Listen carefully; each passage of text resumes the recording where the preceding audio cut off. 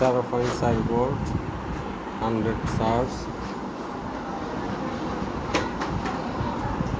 13.4 volt 100 ampere আছে।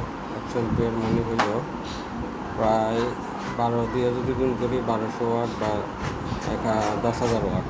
10,000 watt means হইল একটা ফ্যান 12 ঘন্টা চলবে, একটা সিলিং ফ্যান 12 ঘন্টা চলবে। আর এখানে হইল চার্জিং অন করা আছে, চার্জিং পোর্ট, ডিসচার্জিং অন করা আছে, ব্যালেন্স হচ্ছে। ম্যাক্সিমাম ভোল্ট হবে 3.386, মিনিমাম ভোল্ট হবে 3.345। দুইটার মধ্যে ভেরিয়েশন হইল 0.41 volt. Average volt 3.359। 2 cycle use হয়েছে।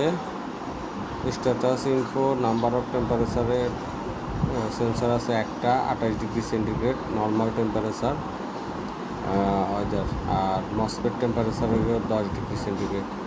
এই যে ব্যালেন্স হচ্ছে 4টা সেল, 1 2 3 4, 4টা সেলের মধ্যে হইল 3 নম্বর সেলের, এখন 3 নম্বর সেল থেকে 2 নম্বর সেলে এই ব্যালেন্স হচ্ছে।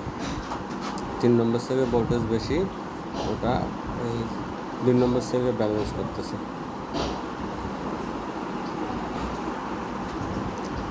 এটা হলো ব্যাটারি সাইডটা, মানে সেল সাইডটা 70 ডিগ্রি 20 ডিগ্রি। তারপরে ব্যালেন্সিং ওপেন হয়ে যাবে 3.20 ভোল্টের পরেই ব্যালেন্সিং ওপেন হয়ে যাবে। তারপরে হলো সিঙ্গেল সেল ভোল্টেজ হবে 3.60, লো কাট অফ লো ভোল্টেজ হবে 2.65, টোটাল 14.40 ভোল্ট। হলো high cut of, low cut of 10.60, 45 অ্যাম্পিয়ারে charge হবে, 100 অ্যাম্পিয়ারে ডিসচার্জ হবে। এটা লিথিয়াম পেরোফসফেট ব্যাটারি, 100 অ্যাম্পিয়ার, 3.60 হইল প্রতিটা সেলের রেফারেন্স ভোল্ট, 100% চার্জ আছে। টোটাল 4টা সেল, নাম্বার সেল। এটা 65 ডিগ্রি হলো হাই কাট অফ টেম্পারেচার, 65-এর উপরে গেলে হাই কাট অফ করে দেবে। Low cut off -40 degree.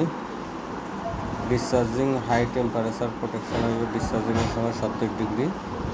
Difference temperature protect হইল 15 ডিগ্রি টেম্পারেচারে।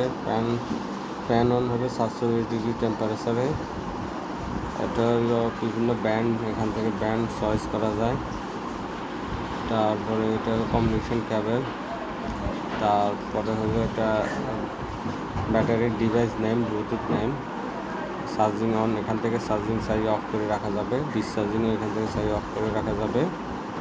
তারপরে হলো এটা হইলো হিট যদি বেশি হয় তখন এটা অন হবে।